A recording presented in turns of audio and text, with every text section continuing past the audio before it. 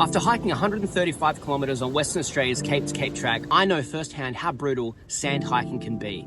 But I also learned amazing tips along the way that makes it way easier, and I'm going to share them with you today. Let's go.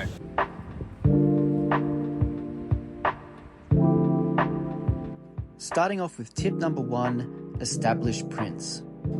Walking on already established prints makes life so much easier when hiking in soft sand.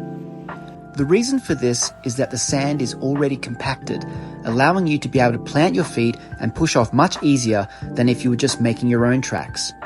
On every sandy surface that you find, hunt for tracks that are made by others. It will help you. Tip number 2, shoreline. Another great tip to hiking in soft sand is walk closer to the shoreline. Similar to established prints, the ground is already compacted due to the water, and it will allow you to propel yourself forward much further and without sinking anywhere near as much as you would in the dry sand further up the shore. Trust me, you need to hike close to the shore in order to have a much easier time when hiking in soft sand. This is tried and tested, and it works. Tip number 3, shorter steps. Shorter steps are another solution. The reason for this is that your center of gravity will be more over the top of where you're planting your feet, allowing you not to sink in like this. Shorten your steps to give yourself a much easier time. Walking longer steps like I'm about to show you seems like the way to go, but change it up to this. Shorter steps is the way to go.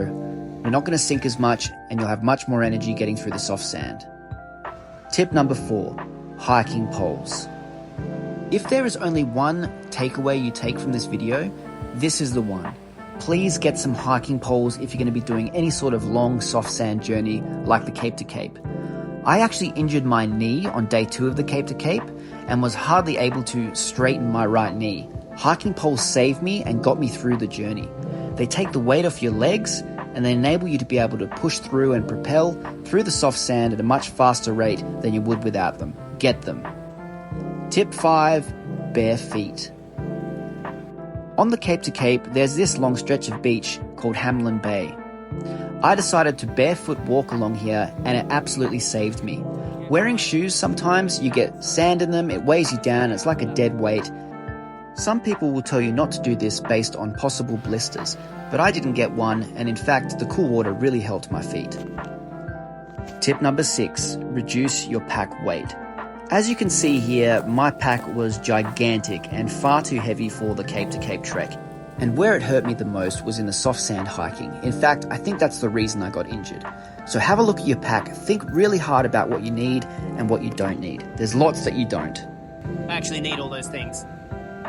The key to hiking in soft sand is not to follow just one of these tips, but combo them together. In summary, tip 1 is establish prints. Tip 2 is the shoreline. Tip 3, shorter steps. Tip 4, hiking poles. Tip 5, bare feet. And tip 6, reduce your pack weight. Do this for soft sand success.